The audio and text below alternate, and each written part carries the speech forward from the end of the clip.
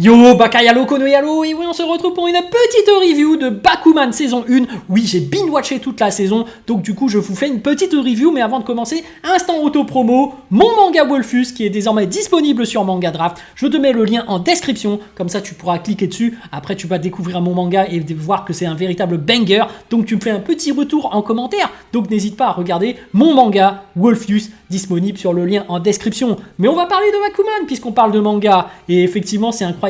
Saison 1, en fait, en gros, pendant toute la saison 1, on apprend que le monde du manga, c'est vraiment difficile. C'est ça, tout l'écosystème pour pouvoir faire en sorte que ton manga soit promu et apparaisse dans le Weekly Shonen Jump ou dans le Shonen Jump, d'ailleurs Shonen Jump ou je sais plus comment ils appellent ça, bref, c'est extrêmement compliqué et que tu vois que nos deux héros donc vont vraiment vont vraiment s'entraîner pendant plus de 2 ans ou 3 ans, je ne sais plus, même toute leur scolarité de collégiens, et heureusement qu'ils ont commencé tôt pour parvenir enfin à avoir une sérialisation, une série. Donc les amis, en fait, on se rend compte qu'avant d'avoir leur série, ils ont vraiment enchaîné les one-shots, et c'est pour ça donc que le chef otaku, à travers Spatule Jump, il demande à ce que les gens fassent des one-shots pour son recueil. D'ailleurs, c'est un peu ça le Shonen Jump de là-bas. Ils te prennent pas mal de recueils, ils te font un cumul de tout ça et ils te publient ça.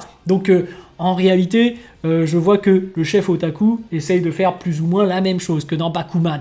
Mais c'est très intéressant de voir à quel point c'est rude en termes de compétition là-bas. Je pense qu'en France, ce n'est pas la même chose. Ça doit être beaucoup plus simple. Mais d'un autre côté, il n'y a pas la structure, il n'y a pas l'écosystème qui te permet de promouvoir ton manga. Donc c'est encore plus compliqué de faire parler de ton manga. Parce que finalement, cet écosystème, ce Weekly Shonen Jump, ça aide le créateur. Parce que ça le publie, ça te permet de te mettre en avant. Et à travers ce manga, on découvre que c'est vraiment la qualité qui est requis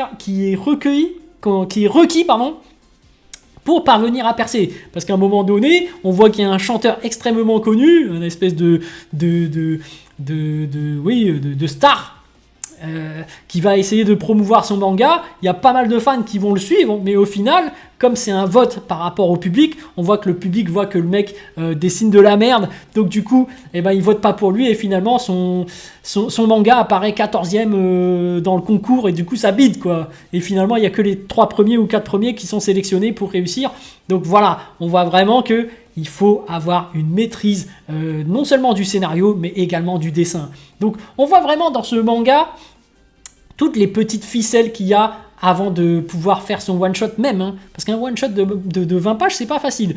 Il y a d'ailleurs les storyboards qui sont extrêmement compliqués, et tu vois qu'il y a une personne dédiée pour ça.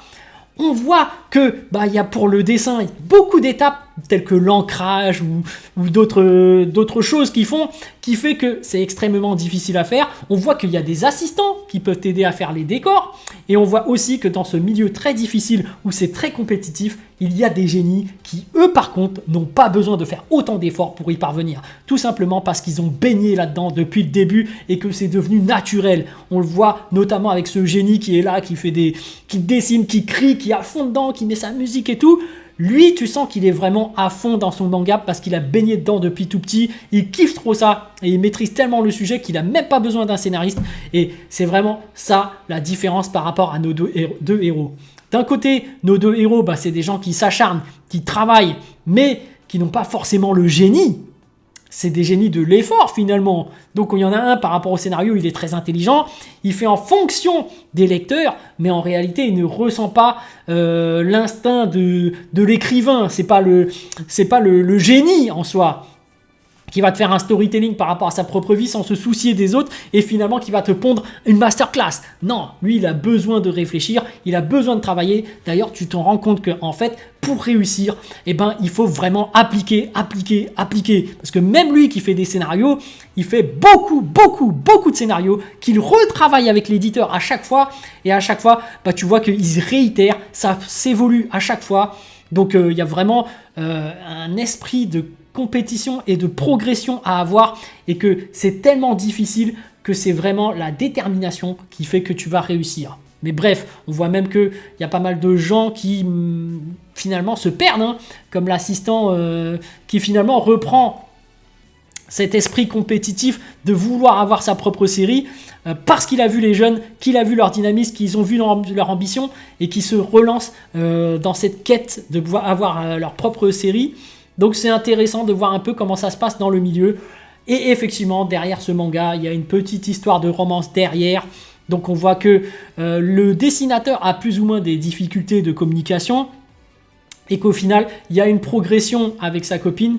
On va appeler ça sa copine, mais voilà, au final, ils arrivent quand même à parler au téléphone, alors que de base, ils arrivaient vraiment pas à communiquer, pas à parler, et ils se répondaient uniquement par mail. Là, la fin de la saison 1, c'est enfin une étape de franchie, il arrive à parler. Donc, à la fois, il y a une amélioration en termes de dessin, et en même temps, il y a une progression en termes de communication, de sociabilisation du héros.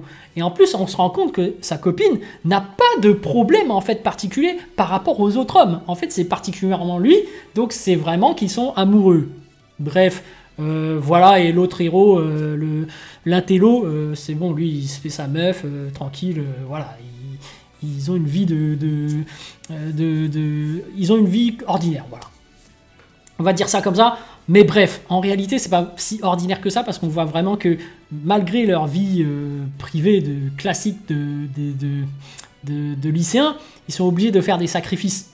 Parce que le manga est tellement un milieu compétitif, et ben, ils sont obligés de sacrifier du temps, sacrifier leur vie sociale pour réussir dans ce milieu. Et je me pose même la question en réalité, est-ce que si jamais ils se décoincent et se jettent un peu, en profitent finalement par rapport à leur vie privée, est-ce que ça leur permettrait pas de se détendre et d'être plus productifs au sein même de la création de leur manga? C'est un des trucs que je me suis demandé au cours de mon visionnage des différents épisodes. C'était qu'ils étaient tellement à fond dedans, je me suis dit, mais les gars, prenez une pause. Parce qu'ils font des nuits blanches, ils enchaînent et tout.